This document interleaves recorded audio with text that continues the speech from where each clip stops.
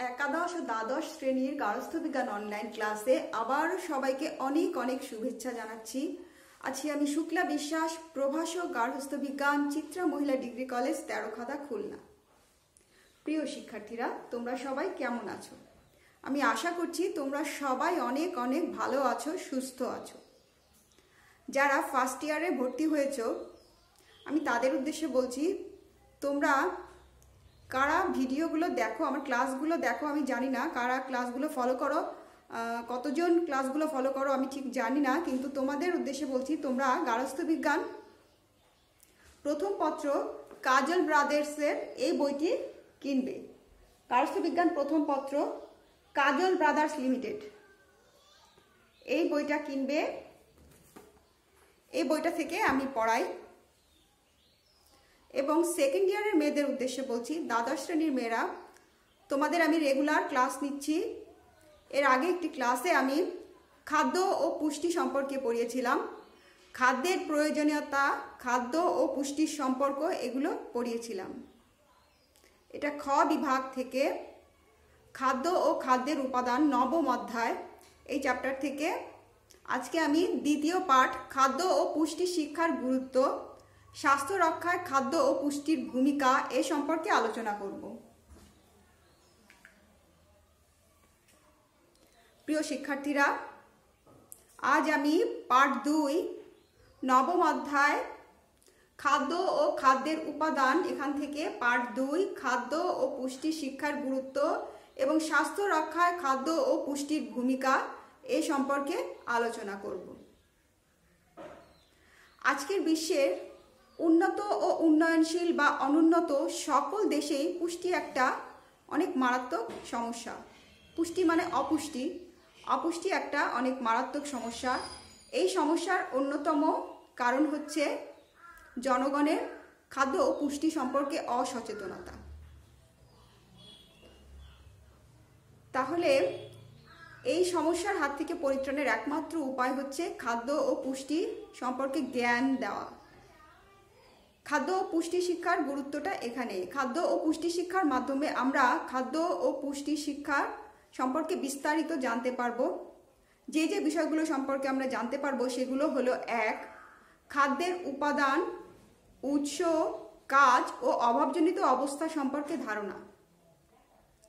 আমরা খাদ্য ও পুষ্টি শিক্ষার মাধ্যমে খাদ্যের উপাদান, উৎস, কাজ এবং অভাবজনিত অবস্থা সম্পর্কে ধারণা লাভ করতে পারব।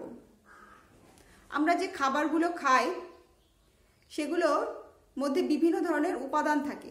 আমরা জানি খাদ্যের 6টি উপাদান রয়েছে: আমিষ, শর্করা, স্নেহ, ভিটামিন, খনিজ লবণ এবং পানি। খাদ্যের এই 6টি উপাদান খাদ্যের মধ্যে থাকে, যেগুলো আমরা খাবারের মাধ্যমে গ্রহণ করি এবং যেগুলো আমাদের শরীরে বিভিন্ন ধরনের কাজ করে থাকে, যেমন পুষ্টি সাধন, ক্ষয় পূরণ, বৃদ্ধি সাধন, রোগ প্রতিরোধ ক্ষমতা বৃদ্ধি, এরকম বিভিন্ন ধরনের কার্য সম্পাদন করে থাকে। তাহলে খাদ্যের এই 6টি উপাদান সম্পর্কে আমরা বিস্তারিত জানতে পারবো এবং কোন উপাদানের কি কাজ। যেমন কার্বোহাইড্রেট তাপ ও শক্তি উৎপাদন করে, প্রোটিন দেহ গঠনের কাজ করে, ভিটামিন রোগ প্রতিরোধ ক্ষমতা বৃদ্ধি করে। এরকম কোন খাদ্যের কি কাজ, এগুলো সম্পর্কে আমরা বিস্তারিত জানতে পারবো এবং উপাদানগুলোর দৈনিক চাহিদা কত এবং পূরণ না হলে আমাদের শরীরে কি কি ধরনের লক্ষণ প্রকাশ পায়, এগুলো সম্পর্কেও আমরা বিস্তারিত জানতে পারবো। তাহলে খাদ্য ও পুষ্টি শিক্ষার মাধ্যমে আমরা খাদ্যের উপাদান, উৎস, কাজ ও অভাবজনিত অবস্থা সম্পর্কে বিস্তারিত ধারণা লাভ করতে পারব। খাদ্য পরিপাক ও শোষণ সম্পর্কে ধারণা, এটা 2 নাম্বার পয়েন্ট। খাদ্য পরিপাক ও শোষণ সম্পর্কে ধারণা। আমরা যে খাবারগুলো খাই সে খাবারগুলো সরাসরি আমাদের শরীরে কাজে লাগে না। একটা প্রসেসিং বা কতগুলো ধাপ এর মাধ্যমে পর্যায়ক্রমে একটা পর্যায়ে এসে আমাদের খাবারগুলোকে আমরা শরীরে কাজে লাগাতে পারি। তাহলে খাদ্য পরিপাক অর্থাৎ খাবার খাওয়ার পরে শরীরের কোন কোন অংশে খাবারগুলো যায়, কিভাবে পরিপাক হয়, কোন কোন অংশে কতটুকুন পরিপাক হয়, অর্থাৎ পরিপাক তন্ত্র, আমাদের শরীরের ভিতরে পরিপাকের সঙ্গে সম্পর্কিত যে সকল অঙ্গ প্রত্যঙ্গ রয়েছে সবগুলোকে একত্রে মিলে বলা হয় পরিপাকতন্ত্র।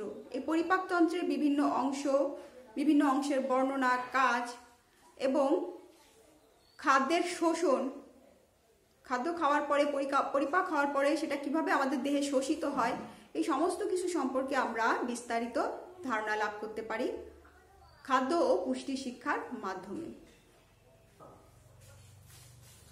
এরপরে 3 নাম্বার, পুষ্টির চাহিদা নির্ণয়। বয়স, শারীরিক অবস্থা, পরিশ্রম এবং লিঙ্গভেদে পুষ্টির চাহিদার তারতম্য ঘটে। বয়স, শারীরিক অবস্থা, পরিশ্রম ও লিঙ্গভেদে পুষ্টির চাহিদার তারতম্য ঘটে। সুতরাং পুষ্টির চাহিদা নির্ণয় এবং পর্যাপ্ত পুষ্টি ও সুষম খাদ্যের ব্যবস্থা পুষ্টি শিক্ষার মাধ্যমেই সম্ভব।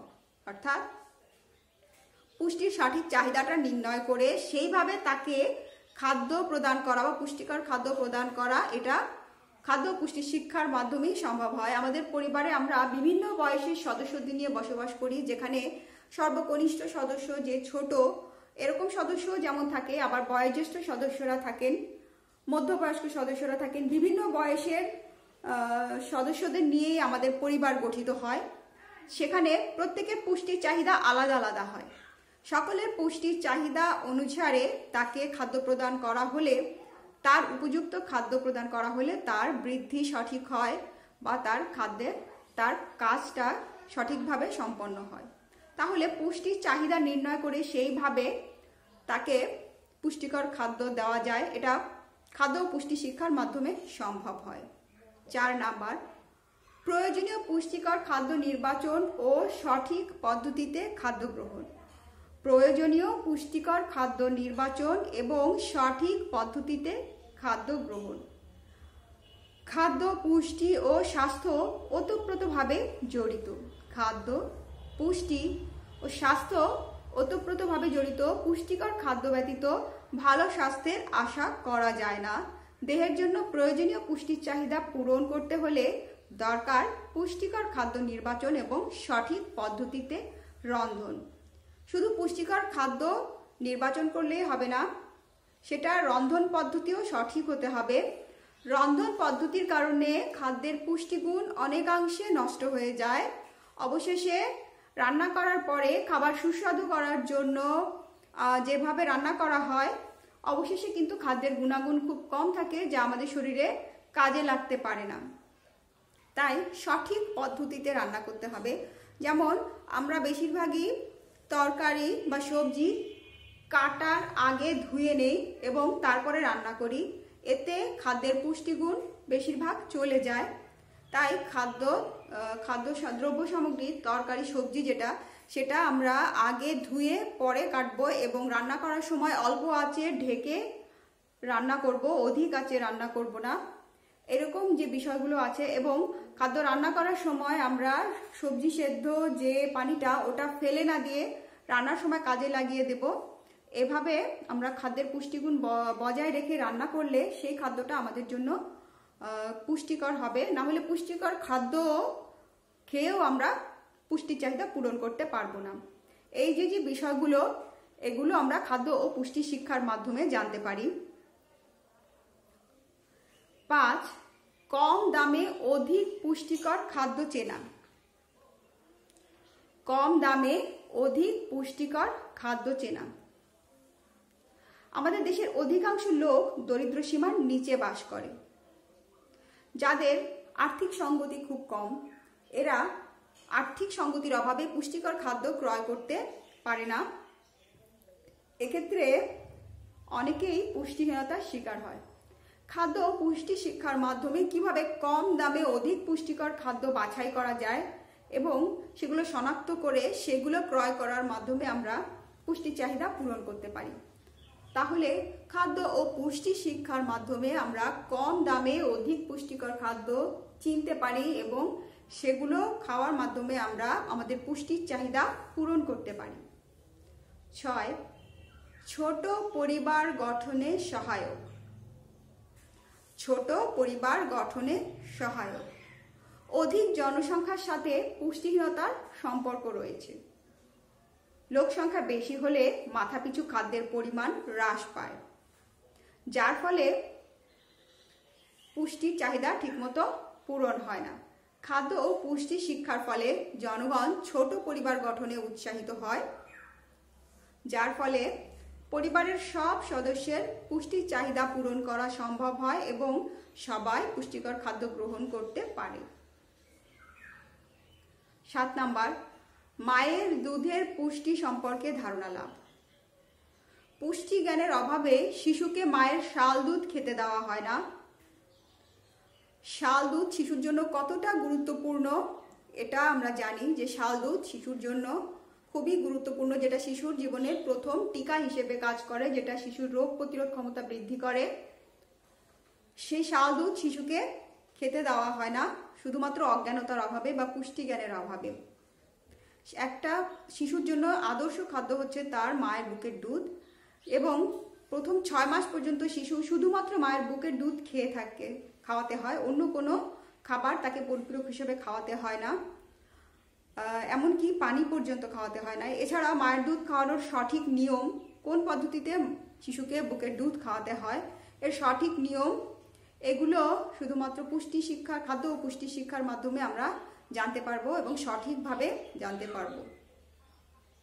8 নাম্বার, পারিবারিক সুষম খাদ্য বন্টন।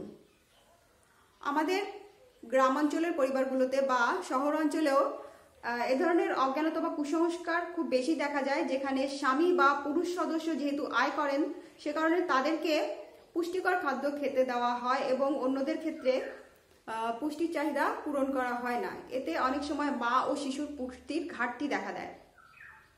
যেখানে পরিবারের সদস্যদের মধ্যে শিশু, গর্ভবতী এবং স্তন্যদাত্রী মা খাদ্য ও পুষ্টির দিক থেকে বেশি অগ্রাধিকার তাদের, যে তাদের বেশি পুষ্টিকর খাদ্য প্রয়োজন, সেক্ষেত্রে তাদের পুষ্টিকর খাদ্য না দিয়ে সেখানে উপার্জনক্ষম ব্যক্তিকে, পুরুষকে বেশি পরিমাণ খাদ্য প্রদান করা হয়। এখানে একটা বৈষম্যের শিকার হয়, এমনকি ছেলে শিশু এবং মেয়ে শিশুর মধ্যেও একটা বৈষম্য দেখা যায়, যেখানে ছেলে শিশুদের অধিক পুষ্টিকর খাদ্য প্রদান করা হয়, মেয়ে শিশুদের দেওয়া হয় না।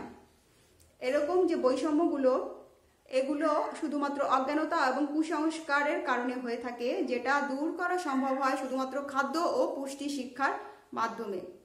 পারিবারিক সুষম খাদ্য বন্টন অর্থাৎ পরিবারের প্রত্যেক সদস্যদের পুষ্টি চাহিদা নির্ণয় করে কার কি পরিমাণ খাদ্য প্রয়োজন, তাকে সেই পরিমাণ খাদ্য প্রদান করা সম্ভব হয় খাদ্য ও পুষ্টি শিক্ষার মাধ্যমে। 9 নাম্বার, পথ্য পরিকল্পনা। আজকালকার দিনে আমাদের পরিবারে অনেকেই বিভিন্নভাবে অসুস্থ থাকেন, যেমন বয়োজ্যেষ্ঠ ব্যক্তিদের মধ্যে প্রায় ডায়াবেটিস, উচ্চ রক্তচাপ, বিভিন্ন হার্টের সমস্যা, হার্টের বিভিন্ন ধরনের সমস্যা, এ ধরনের নানাবিধ সমস্যা দেখা দেয়।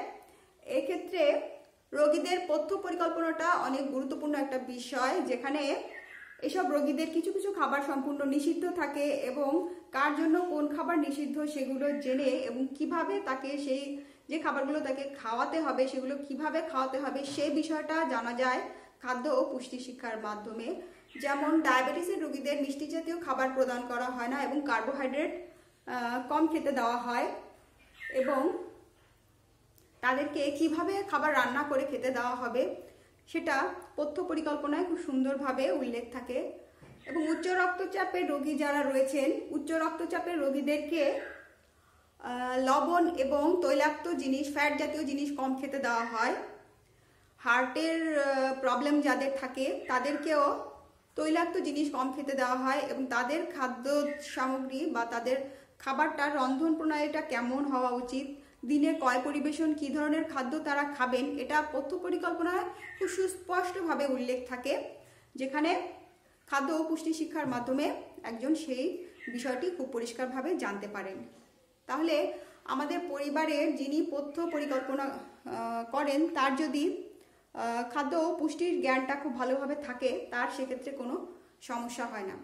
আমাদের পরিবারে একজন যিনি খাদ্য ব্যবস্থাপকের দায়িত্ব পালন করেন, যিনি আমাদের সবার খাদ্য ব্যবস্থাপনা করেন, তিনি যদি এই খাদ্য ব্যবস্থাপনা সম্পর্কে সম্পূর্ণ জ্ঞান রেখে, খাদ্য ও পুষ্টি সম্পর্কে সম্পূর্ণ জ্ঞান যদি তার থাকে, তাহলে তিনি খুব সুন্দরভাবে পরিবারের প্রত্যেক সদস্যদের পুষ্টির চাহিদা নির্ণয় করে তার জন্য যতটুকুন খাদ্য প্রয়োজন তাকে ততটুকুন খাদ্য প্রদান করতে পারেন, যেটা পরিবারের সকলের জন্য খুব ভালো হয়, সকলের স্বাস্থ্য ভালো থাকে এবং সকলের পুষ্টির চাহিদা পূরণ হয়।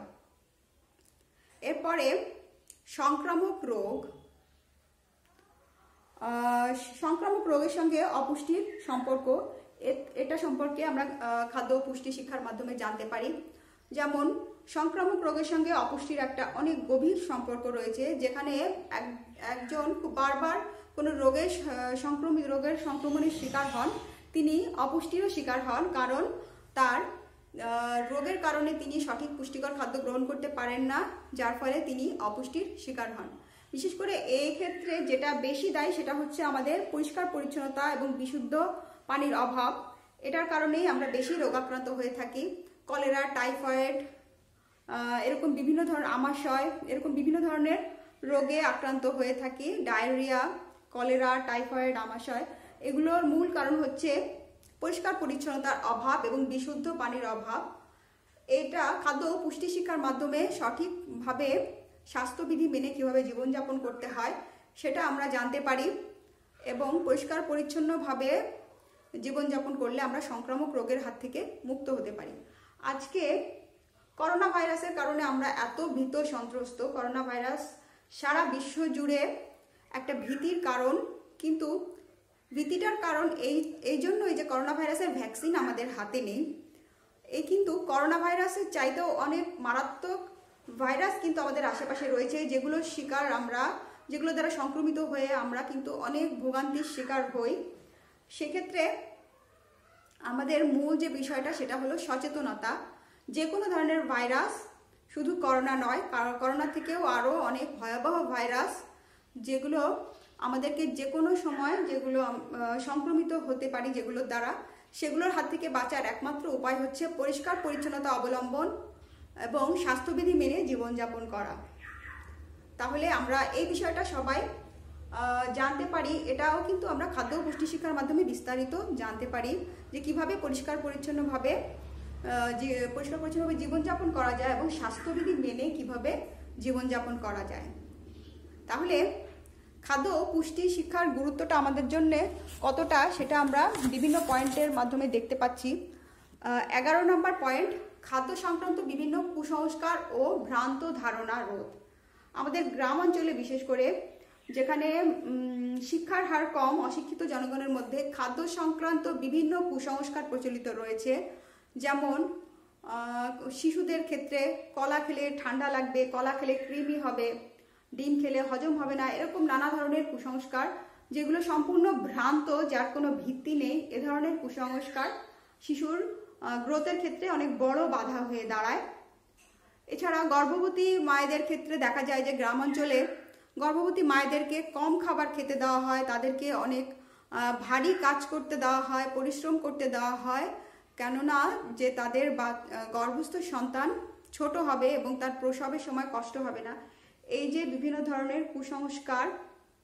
কুসংস্কারগুলো রয়েছে গ্রাম অঞ্চলে, এটা সম্পূর্ণ ভ্রান্ত। অজ্ঞানতাবশত এটি মায়ের অনেক বড় ক্ষতির কারণ হয়ে দাঁড়ায় এবং পুষ্টির অভাবের কারণ হয়ে দাঁড়ায়। এই কুসংস্কারগুলো বা ভ্রান্ত ধারণাগুলো রোধ করা যায় একমাত্র খাদ্য ও পুষ্টি শিক্ষার মাধ্যমে। এখানে বিভিন্ন ভ্রান্ত ধারণা এবং কুসংস্কারগুলো সম্পর্কে আলোচনা করা হয়। তাহলে আমরা জানতে পারলাম খাদ্য ও পুষ্টি শিক্ষার মাধ্যমে আমরা কি কি বিষয় সম্পর্কে ধারণা লাভ করতে পারি এবং যা আমাদের জীবনে কতটা কাজে আসে। তাহলে আজকে আমরা গার্হস্থ্যবিজ্ঞান দ্বিতীয় পত্র 9ম অধ্যায়ে খাদ্য ও পুষ্টি শিক্ষার গুরুত্ব সম্পর্কে জানলাম, এবং